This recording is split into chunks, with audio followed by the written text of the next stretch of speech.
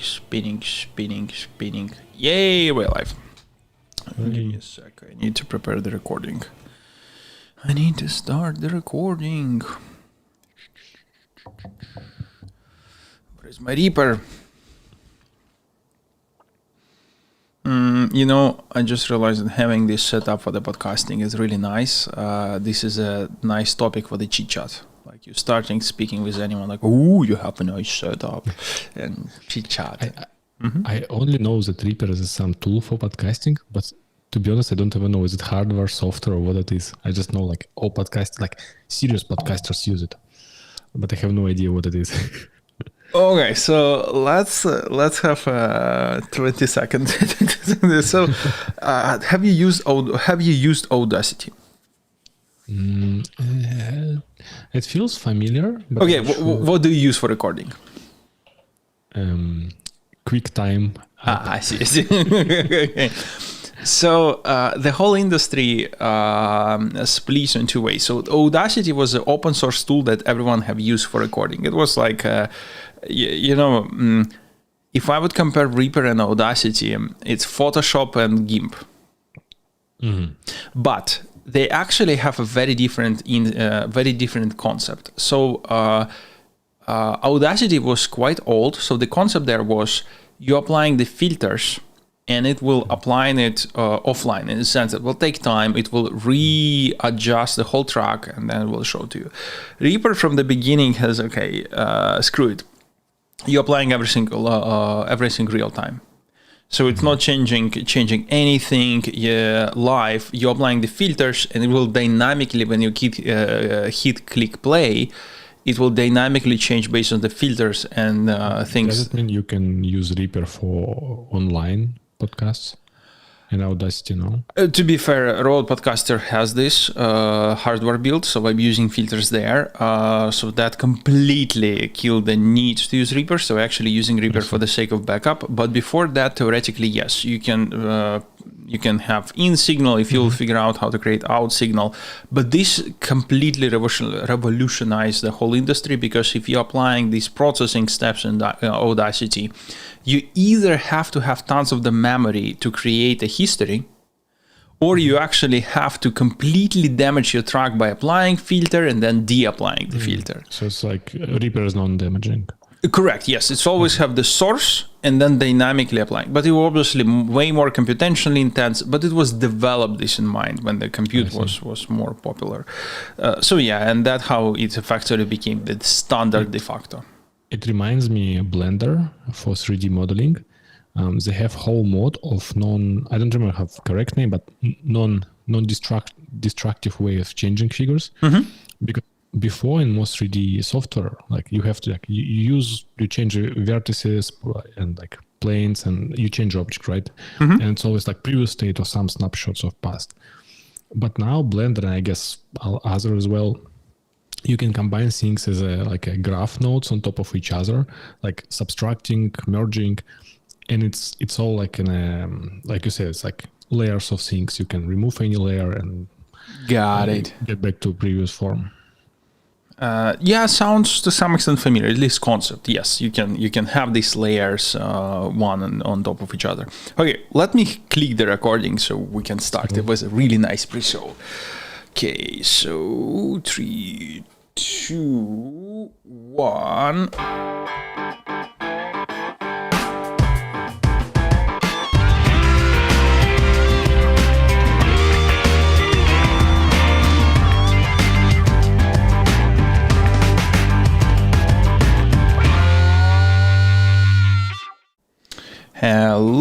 Hello everyone, and welcome to the Non-Intuitive Beats podcast episode, brought to you by the Leaders Club that you are also part to if you're listening to us. But do consider elevating your club membership by joining our Discord channel.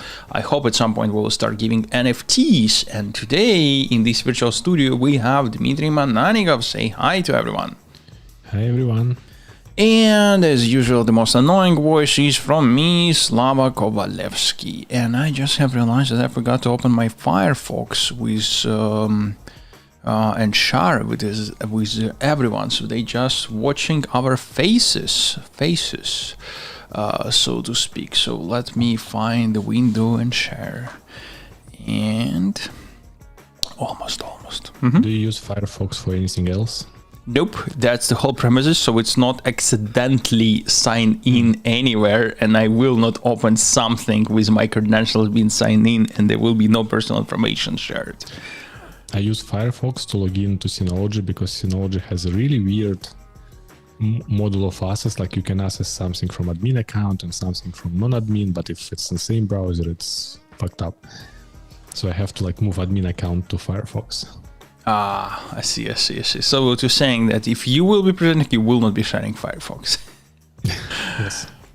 By the way, the Firefox just recently have announced cutting off 5% of workforce and saying some bullshit about AI embedded in the browser.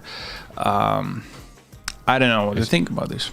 I'm surprised they have that many people working. I mean, not as a bad thing. I know like it's a browser, it's a complex thing, but I thought like it's like very small company for some reason. I think it used to be small, and then when everyone started growing unreasonably, they become unreasonably big as well.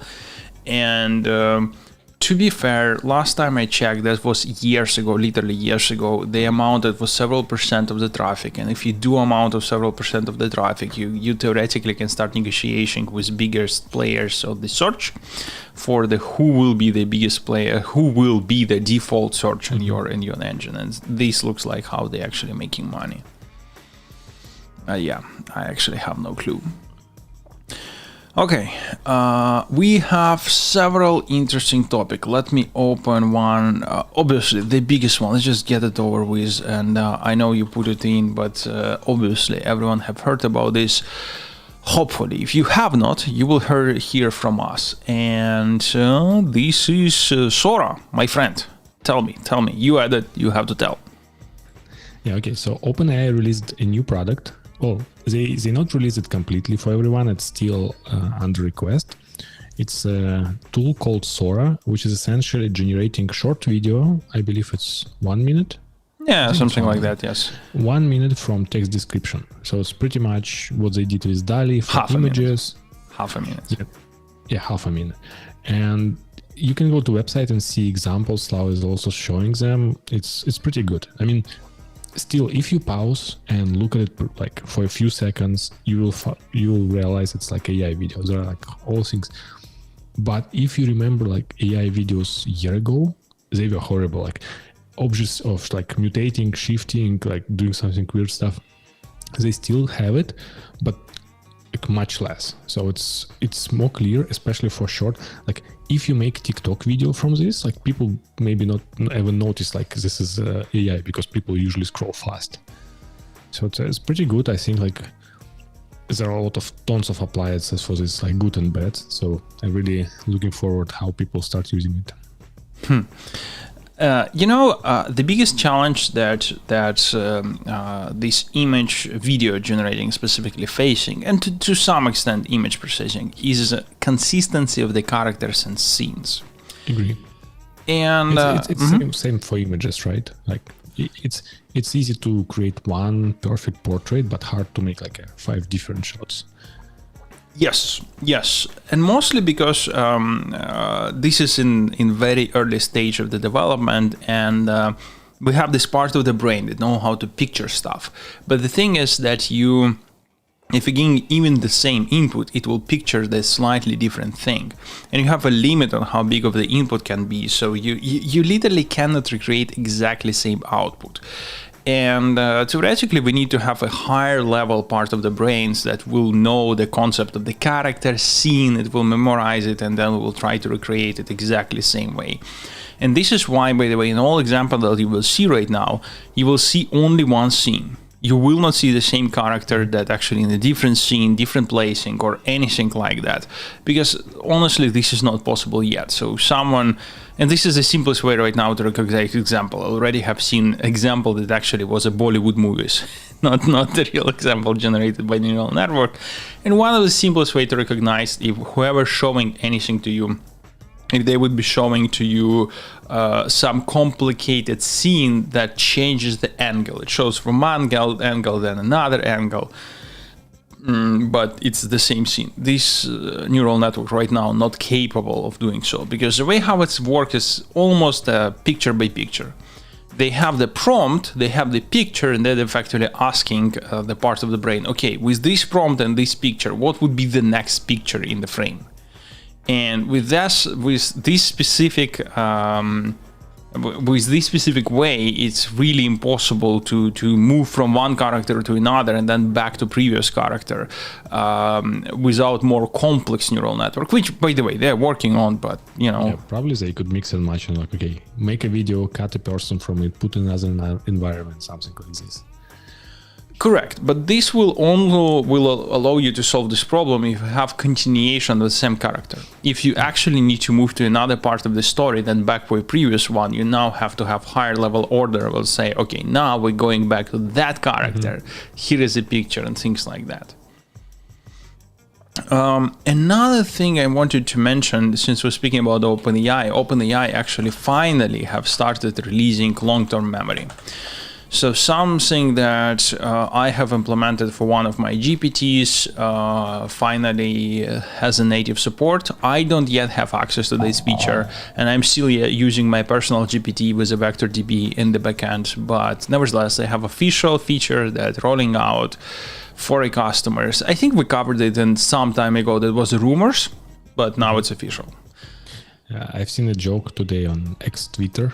Someone asked this ChatGPT with memory some coding question. ChatGPT gave them answer like about depression.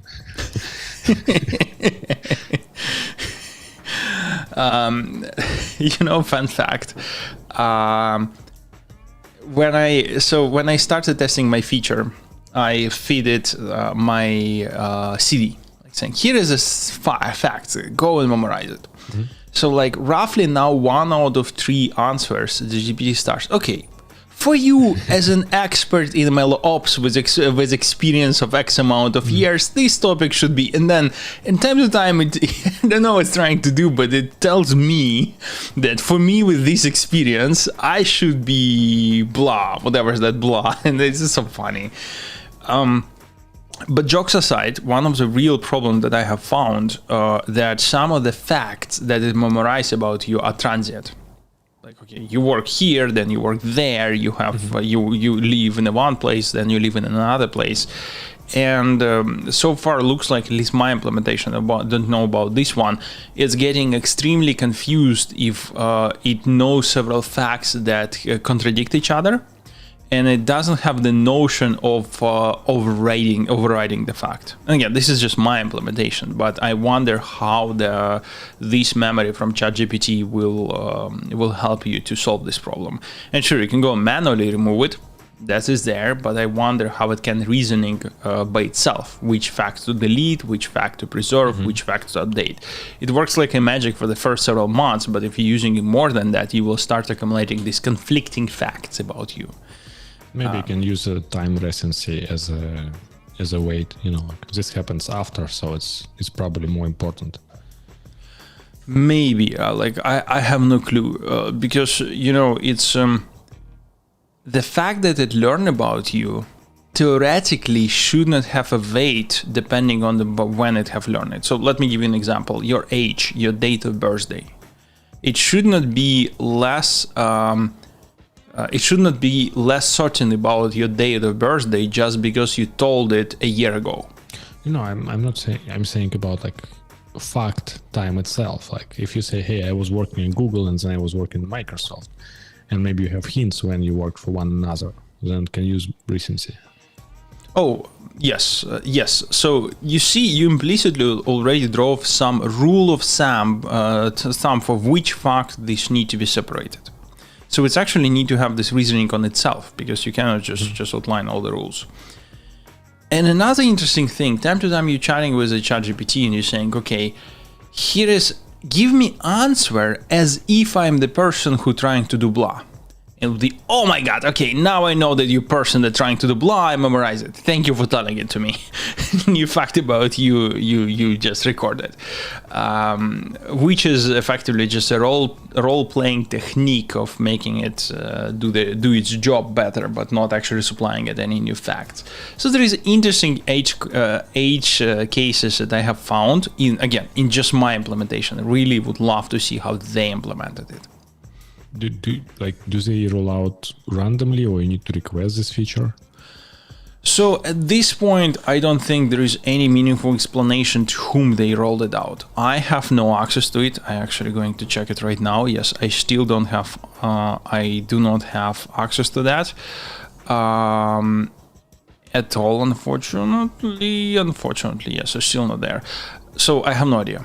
To the best of my knowledge, there is no way to officially or explicitly request it. They will give it to you when they will give it to you. So soon they will have a copy of us.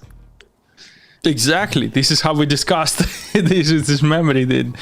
And funny thing, I'm reading a book now. It's called Quantum Thief.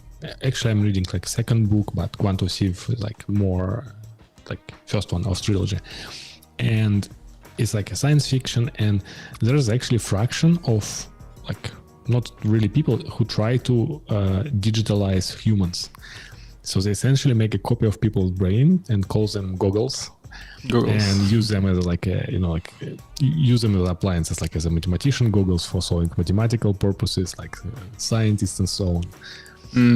So it's kind of ChatGPT, but these guys in the book, they literally scan brains.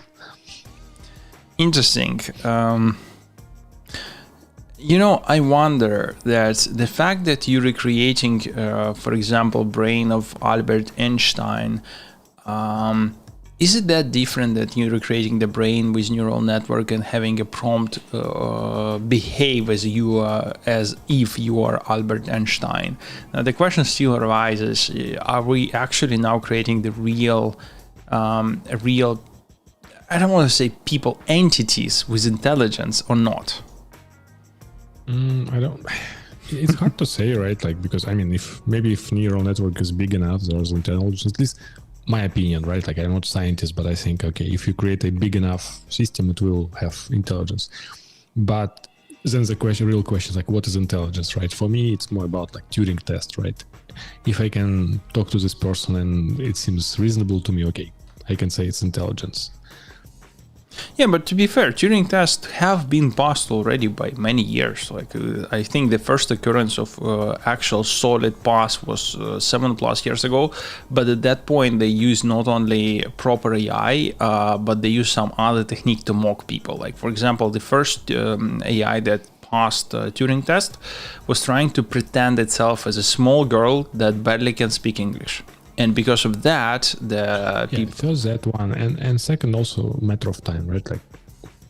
Like for example, with humans, like you deal like a lot of like even with people who don't see, right? Like someone you met on the internet and only like chat, right?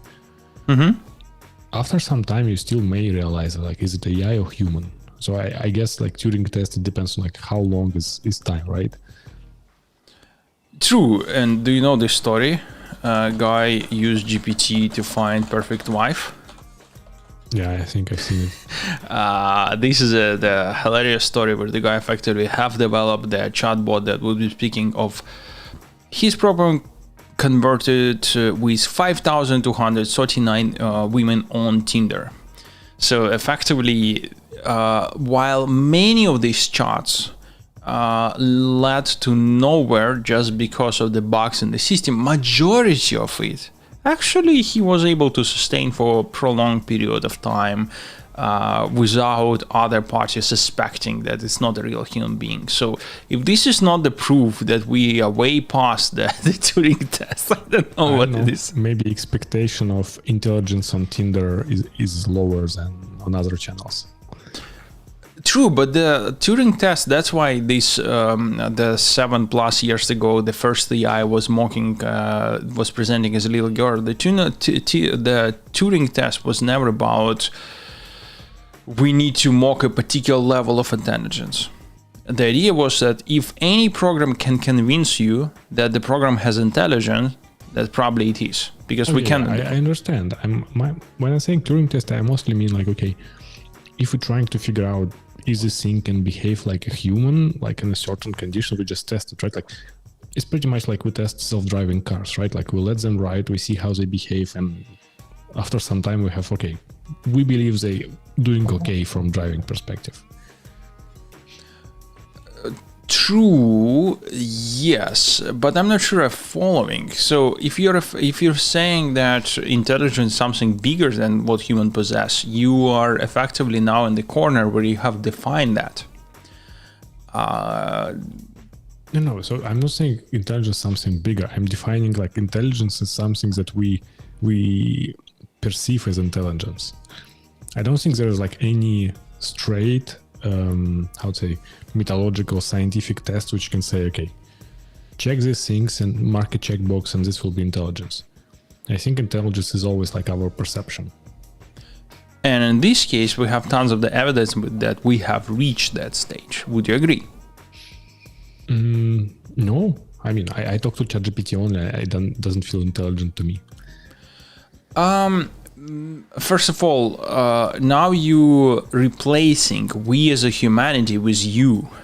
And ChatGPT is that I know already is AI, right? Correct. Yes, that's the first fallacy that we need to withdraw. The second one is a question that's you chatting with raw ChatGPT. Can we use ChatGPT to mock even you believing that you're working with you're talking with human being? And I actually think that with some work we can be chatbot that will trick either of us. Okay, I'll extend my rule of Turing test. Turing test is all about communication and convincing other human. But maybe intelligence, at least like for us people, right? Like it should be doing all common tasks that we can do, right? So, and from this perspective, I think it's okay. So like we can talk, we can convince people, we can create stories, we can write poems, we can draw, we can make videos. And slowly these neural networks go there. That's true. I'm more afraid that we might end up in a situation where, it's like Marxists used to say, you cannot learn everything, but you can learn anything you want. And in this case, can something be developed in the way that it can do everything that a human does? Probably no, because you always can find so unique and distinct human that this unique and distinct robot will not be able to do. Actually, you may come up with a better rule. Learning, right? Like if you get another person who don't know how to draw buildings, right? And you show them and explain them, they will ask questions, they will try to draw. And this can be happens about almost anything, like building houses, doing other stuff. Question, can we do the same with AI? Because right now AI training on a huge amount of data in a very particular way. But for example, ChatGPT now have memory, right? So it actually learns facts and can reply about these facts. The question, can we teach it to do something based on examples? Like transferring knowledge from one area to another. Like someone can ride a car, right, on a city street. Now you give them, small boat, like on a sea. So they have concept of a like car, and they have concept of waves and water, and they can manage to drive a boat. If AI can do like this, like quick learning and transfer of knowledge, maybe it's also intelligent.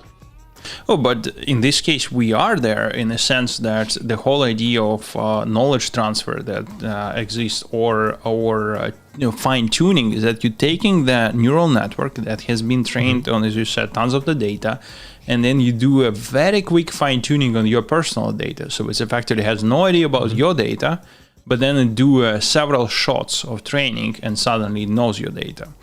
In a sense, this training about huge of data is mimicking the whole growth of the human being from the childhood up to the adulthood, and then this training on the job, so to speak, that takes 1 month. This is your several epoch training on your fine tuning on your data. This is a very similar example. The only difference that techniques are different. Yeah, we're trying to train the model by squeezing the whole human experience of the whole internet in like 1 day of training, but the nature is the same. Yeah, nature is same. Okay, I guess I don't have any arguments besides I know it when I will see it. That's a good point. Yes, Turing test. Coming back to Turing test. Turing test where you are the judge. The most interesting would be when half of population will say yes, it's artificial intelligence, it's intelligent, and another half of human population say it's not intelligent. Yes, these famous fun facts. I'm pretty sure we vocalized it in our podcast, but nevertheless, want to repeat. So, someone in Yosemite Park have asked why you are not improving your garbage bins to be more protective from bears that trying to open it. Yes, and the answer was that some of the bears are way more intelligent than some of the visitors at the park. So yes. Yeah, that is there.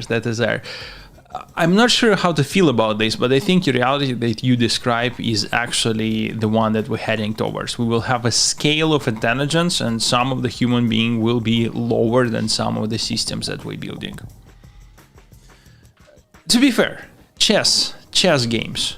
This is a very good example of this already happening. Okay. I actually got the iMessage with a question. What about turtles then? I'm not sure the context, but yeah. And first of all, dear listeners, are you comfortable me saying your name in the air? And second of all, what do you mean by turtles? Can you be more specific about the turtles? Turtles intelligent. So imagine turtle swimming all day in the water, eating something. Doing nothing. Pretty intelligent to me. Don't go to work. One of the topic that we have for today, it's in the very end, and judging that we almost half an hour already in our recording, and I think we will have reached it. This is from one of the psychiatrists whose videos and the books I recently started reading. It's amazing. But he has so many different takes. And one of them is he's saying, here is how to recognize who have an power and true upper hand in the relationship. And whoever has the upper hand will do way less a job. And he's not saying that he will go to the work less. He actually will be moving and speaking less. Whoever has a lower hand will be quite often speaking way more, doing way more tasks, will be way more stressed and moving overall physically more. This is just, you said that the turtle doesn't do shit and just swimming and isn't that intelligent. It's not only intelligence, it's being semi-bully, I guess. Okay, let's go to our topic list. Games, my friend. You have the game, several games you added. I will speak about Polytopia. It's connected to Elon Musk. But first, let's touch base on what you have added. Oh yeah, I found that God of War Ragnarok received a small DLC called Valhalla. Interesting about this is essentially a roguelike game. So they get Kratos, and it happens after main game, and it shows pretty small dialogues and small backstory. But the game structured pretty much like any roguelike. Hades would be really close one. So what they do, they remove all skills, all development of your character, and you do it in runs. You do one run, and each run you build your skills until you get to last boss and then kill boss. The game itself is very slow, this DLC is very small. I finished it in a couple of days, but I was playing easy mode. I think it's more interesting to play probably on hard modes, but it's free, so for me it was okay, just to try. And I really enjoyed it. I think because when I was playing main game, I got bored of fighting at the end because I'm doing same. But here game actually gives you different skills. You need to change your strategies, use all weapons and so on. It was quite fun to play. Interesting. I cannot play God of War because I don't have PlayStation. But have you heard that Microsoft actually is solving this problem? By duplicating Xbox. Yes. No Xbox. Let's see if I can quickly find Xbox. No more MS going. out of business. So effectively, they're going out of business of doing hardware. Okay, interesting. And the first article, Xbox is not exiting hardware. Console confirmed will be just a leap in the hardware generation. Oh my God, if this is true and this is updated February, yesterday, Xbox is not exiting hardware market anytime soon. During the last episode of official Xbox podcast focusing on a blah, blah, blah, Xbox president addressed the role.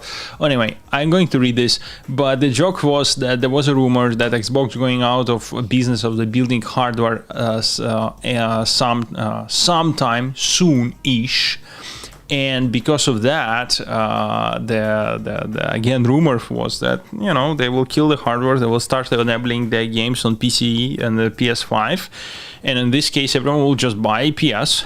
If everyone just buy PS, there is no problem. But yes, interesting. You see how will make a huge leap by just deprecating Series S console. I really hope so. Really hope that was shitty.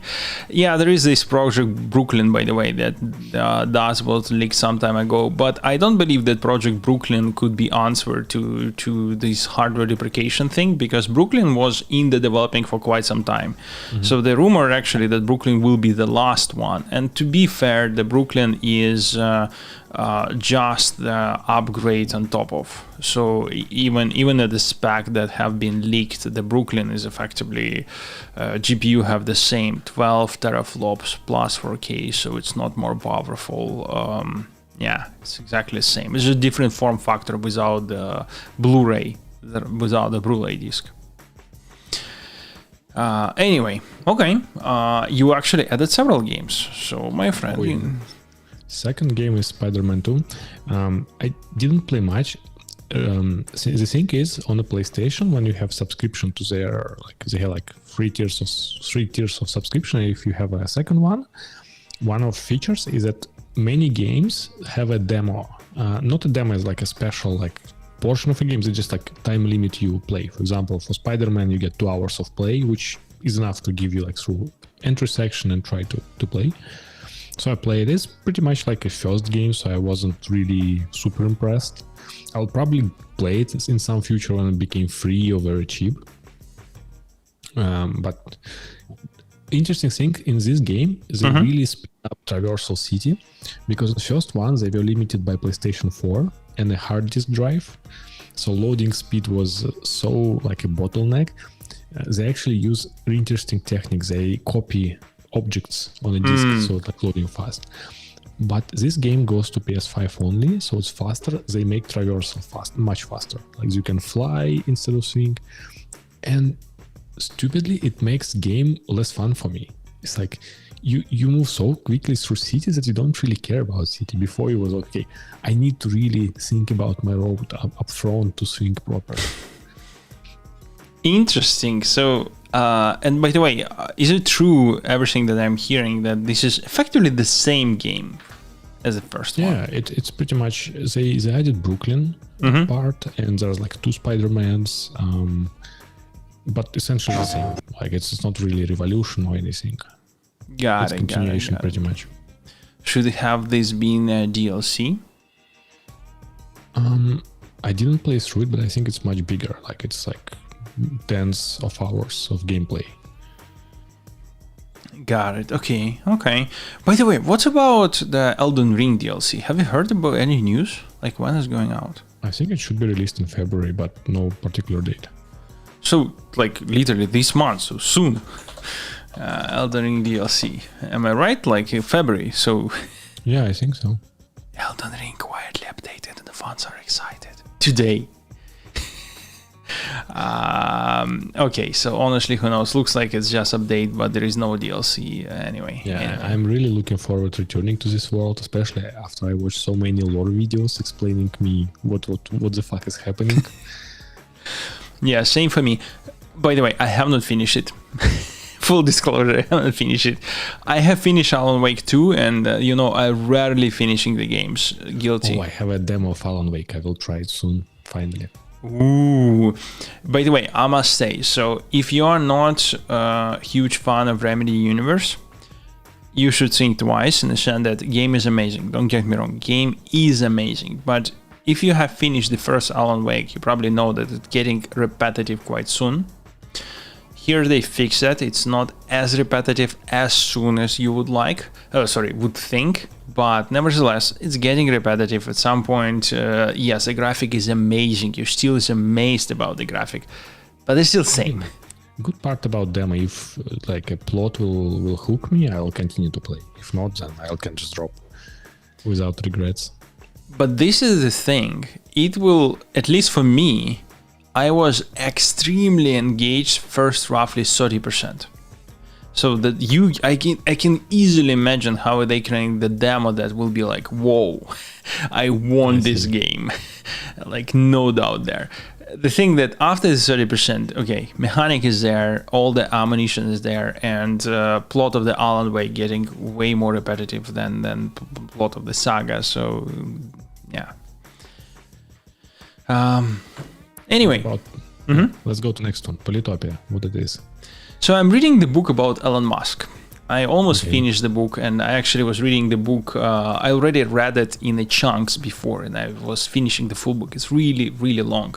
And I've read about this game that consumed Elon Musk. He was playing for years in this game, and he wasn't able to force himself to stop. In fact, he asked his friends to delete it from his phone, and he survived for 2 weeks.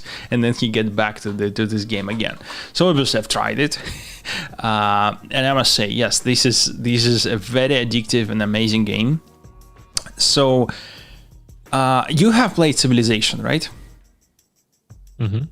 Now imagine the whole civilization that zipped and combined to 30 moves only. 3-0. Okay. That's the whole gist. You have obviously much smaller tree of technologies. You have much smaller progression of type of the units. And you only have 30 moves. So if you remember in Civilization, there is many ways to win. Exactly same mechanics here. You can build an amazing city. You can try to build your infantry units or your army. You can try to conquer. You can try many different things. And because it's only 30 moves, everything can easily go south. You're trying to build a bright cultural empire, suddenly figuring out that you're on the border with someone. What happens after 30 moves? Is like game is stopped? Yeah, game completely stopped. Whoever has the highest score wins. So you literally can finish the whole game in half an hour if you're playing either against bots or some on a fast match where everyone has like 30 seconds per move. Half an hour done. And to be fair, this half an hour, like the first one is extremely dynamic because no one have shit. You have one unit, you're moving, you're building new cities, and you're progressing from there. But the amount of permutation is just unbelievable. You can try to play the army just to find yourself on the island from where you cannot move because you have not discovered how to sail, and there is no one to conquer, and you have no cities now. Okay. Or you can build an extremely sophisticated empire just to figure out that you was a neighbor with so huge army, even though it's a very small country, that it will start conquering you. And for the last 5 moves, the shift completely would turn from you being the first place on the score up to you being the last place on the score. Just because your neighbor discovered you and has a huge army and you don't have enough people to protect. Okay, I added to wish list. By the way, it's kind of free. It's really weird where it allows you to play the demo, the tutorial, and then even though it's technically free, it forces you to buy one tribe. So when you're starting your empire, you're picking culture, like different games call it differently.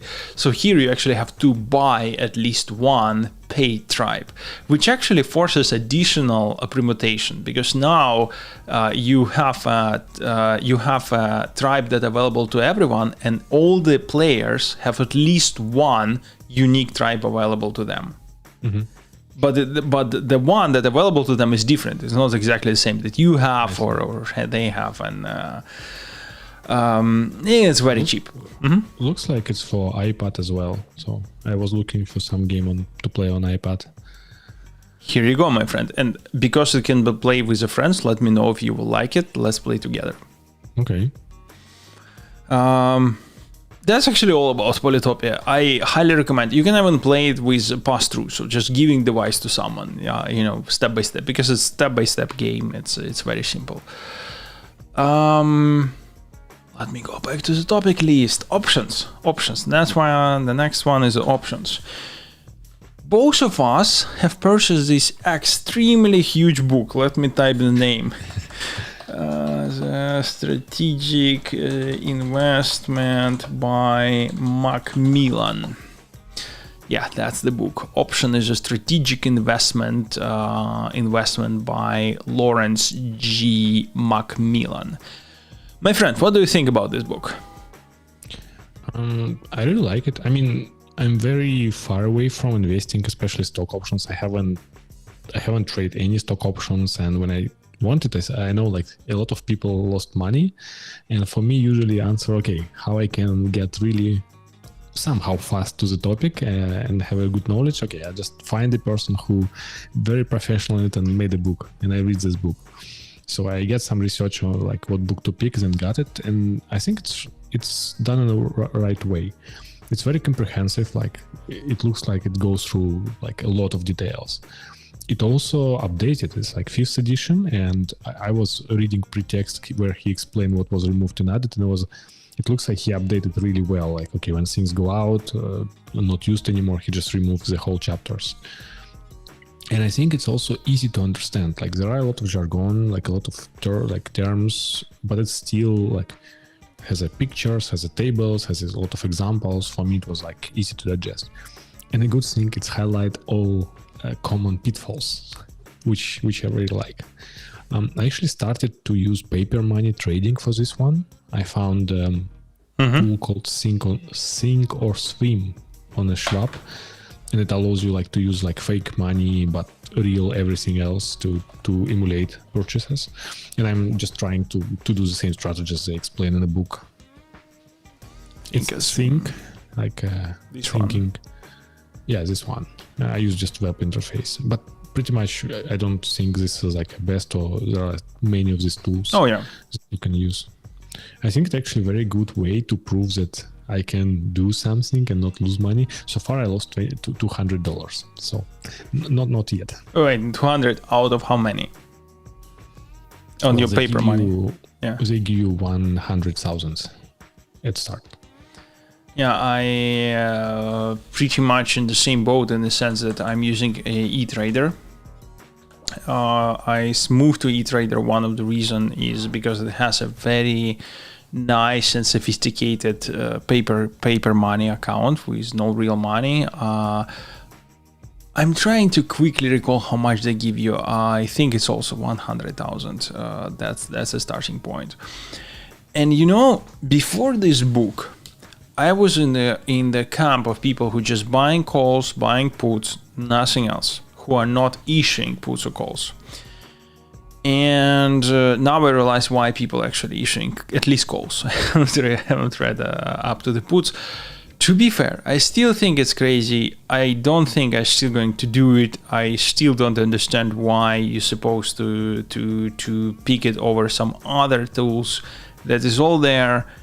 But now at least I understand why in level 1 approval, when my dear listeners, if you ever would open the investing account, you will see that for options, you actually have levels.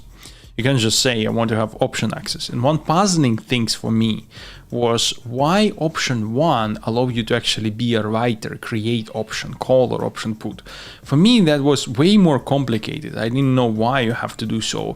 And for me, the simplest ways was to buy call, to buy put. That should be the simplest denominator. And that was always in some further levels, like level 2 that I have to apply. Yeah, it's all about risks, not about complexity. Exactly. Yes.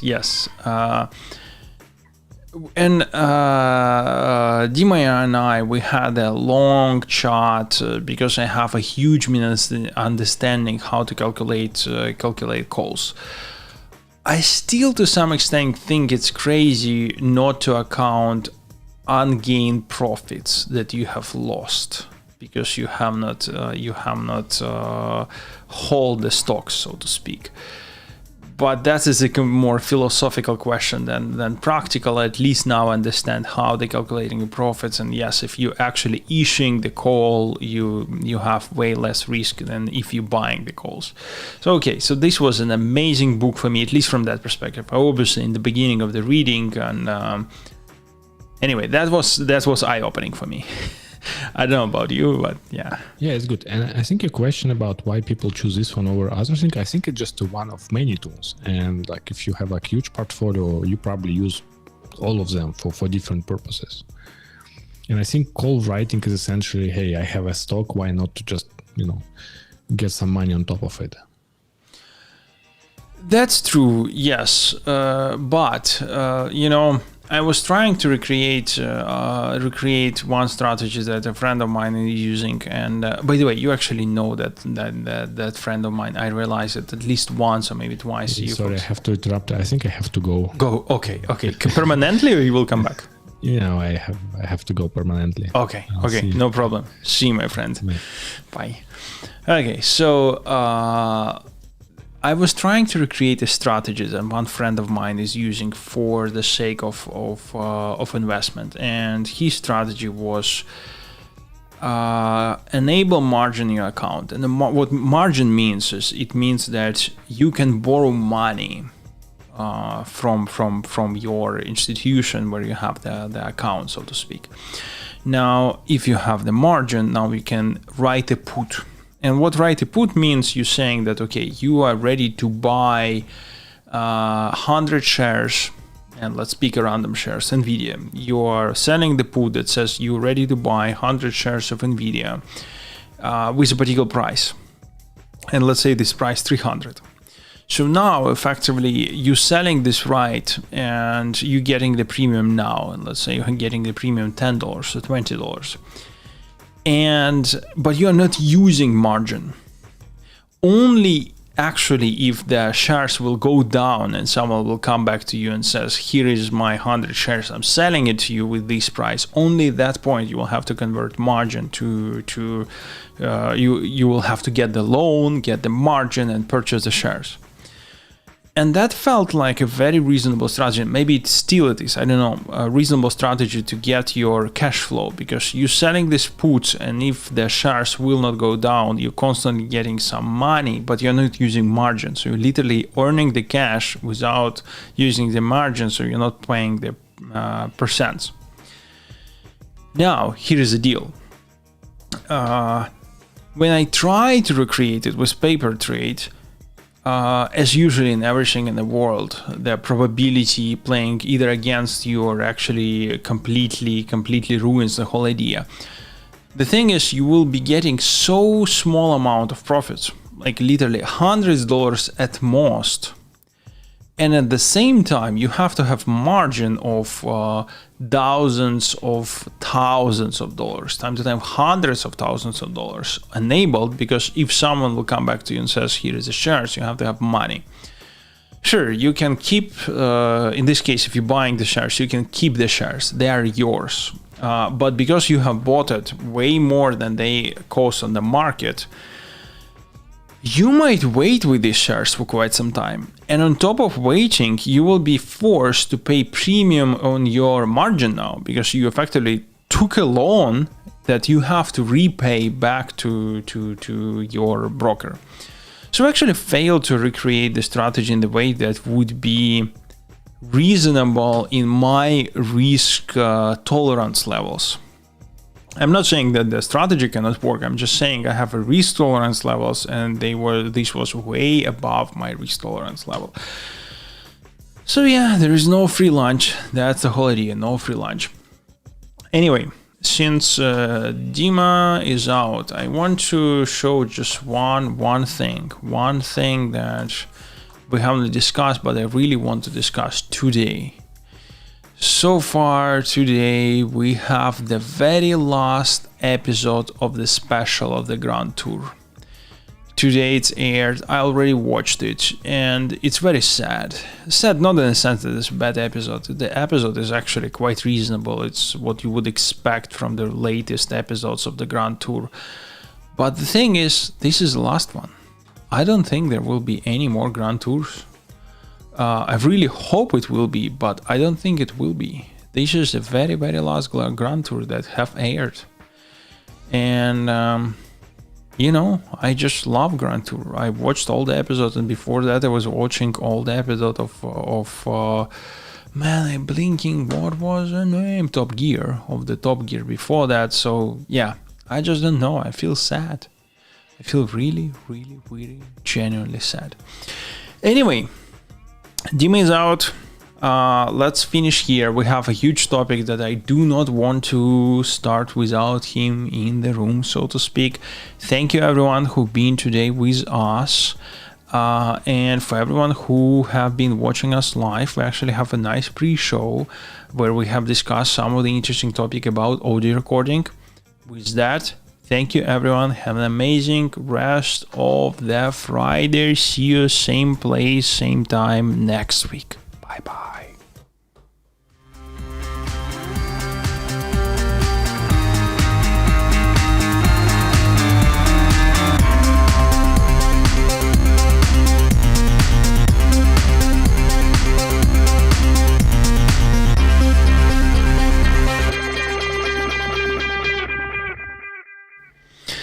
Okay, we are still live, but this is after show. This is after show, very small after show that I'm going to do.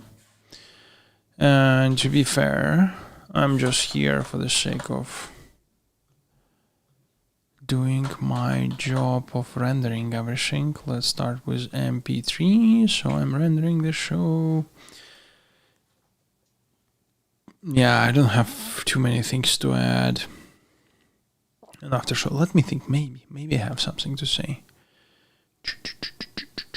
Gemini, sure, we talk about Gemini a little bit. Maybe next time I need to add it to the show notes. Maybe Gemini, but yeah, for next time. When Dima is back, we can discuss. Actually, let me add it to the show notes, Gemini, and we will have a huge topic, hopefully next time, about psychology, I promise to you, and I will talk to you about the Formula One. We actually have a restart of the season in the end of the February, quite soon, in the beginning of the March. And I actually might have several personal news that I'm not ready to share with many of you folks, but they might be there. Okay, I'm going to start. Sorry, you have to wait. I'm going to start processing.